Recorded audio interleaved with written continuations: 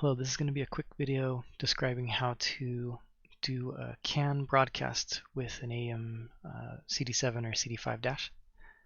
So in the CAN channel, if you have one of the recent versions of dash design, this one we can check what it is on the about page. This is 2.2.34, built 2022 September. If you're in a recent version, you should see CAN receive as well as CAN request and CAN transmit over here. Right now this setup doesn't have anything on CAN transmit for port 1 or port 2, but we're going to add that. That's what we're going to do today. So our specific task is we want to get something like a cooling fan, and the way I'm going to do that is by building a logic channel. So we're going to go over here, press the plus button, logic 1. We're going to give it a name. We'll call it fan 1 inverter temp. You could give it whatever you name, but I like to make the name tell me what it's planning to do. So I'm going to pick from my list of inputs. Now these inputs could be CAN channels. They could be other logic channels that you've built. So what I'm looking for here is I want to find I1 motor 1 temp. That's a common temperature that tends to heat up.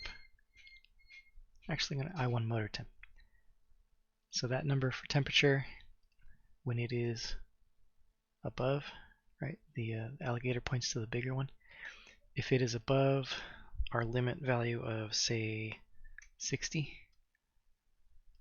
this is going to turn on. Now we could do fancy things like a delay before it triggers, or a timeout until it can go back. I'm not going to do any of that stuff. I'm just going to say if the number is above, we're gonna turn it on. We could add things like second channels. If it was motor temp and actually or for a fan, you'd usually do or. So if my motor temp is above 60, or let's say our battery pack.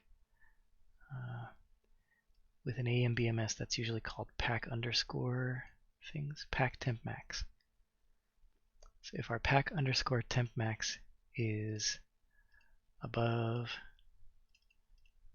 let's say 30. So with or means if this one's high or if that one's high, either of those things can turn it on. You could do an and, which means they would both have to be true, but that means if one's high but the other's low, it won't turn on. So that's not what we usually want. For something like a fan, we usually want an or. So fan 1 inverter temp triggers with either of these conditions. I'm going to go into my CAN part now, CAN transmit.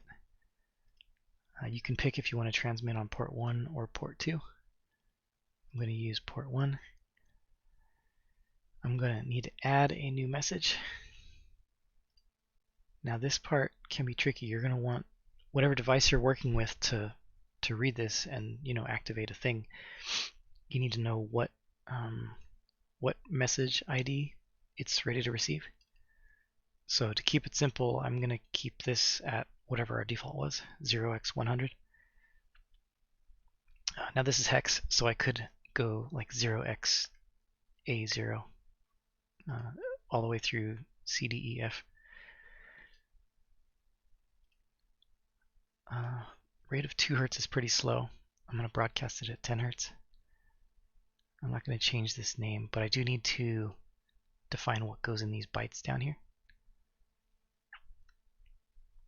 So I got to tell it which channels I want to broadcast. This kind of draws me a picture of how all the bits and bytes get packed together. And now remember we had the name of that called fan1 underscore something. So scroll through my list of channels. These can be any of your CAN received channels, and they can be any of your math channels. So I called it fan1 underscore inverter temp. Give that an OK. By default, it's going to put it as 8 bits of byte 0, fan 1 inverter temp. So my logic channel has a value of 0 or 1, so not all 8 bits of these would have numbers in them in usual circumstances. What you would see is that the value 8 bits could represent 0 through 255, but what you're going to see is it's just going to be bit 0 is going to turn off or on depending on the value of this fan 1 inverter temp channel. If you needed to move that to a different spot here, I don't think you can click or drag it. You would have to tell it the different bit position.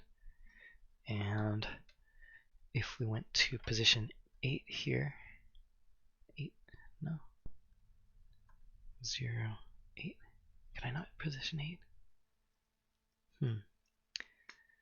Well, I'm going to leave it here for now and not worry about moving the position of it. Oh yeah, it's an offset that you, no? Oh yeah, it's position. Anyway, I'm going to leave the position for now. Maybe I'll pause this video and see if I can find how to do that. Okay, hopefully that was a brief pause. I found this. This is only a byte position, not a bit position. So my valid values are 1, which moves it to byte number 1, 2, which moves it to byte number 2, but I don't have the ability to offset this position at the bit level. I only have a byte level of positioning. So position 3, position 4, and if I type something large like 8, I don't have a bit 8 here, so it didn't let me type 8. It would let me type 7, and that'll bring it down to byte 7 over here. I'm going to leave this at position 0. I don't need a scaler or offset for this one, but you could do that here. And this doesn't really have any units, it's just on or off. So that's it. Now if you use your CAN sniffer, you should be able to see this being broadcast on message ID 180. It should be 8 bytes worth of data. Most of them, these will all be zeros, except for this one.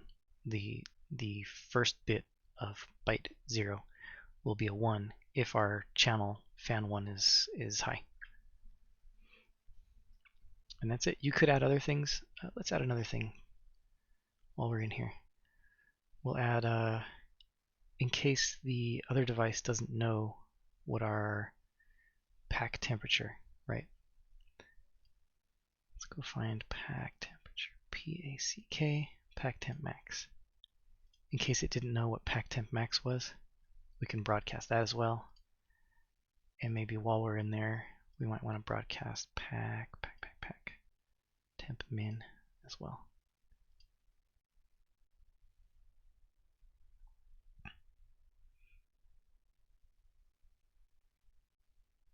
And yeah.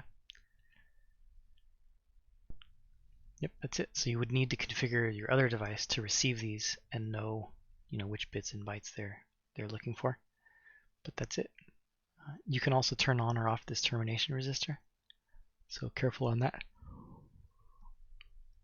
Don't want to add an extra termination resistor when it's already in the rest of the system. But I hope that video helps. Thanks for watching.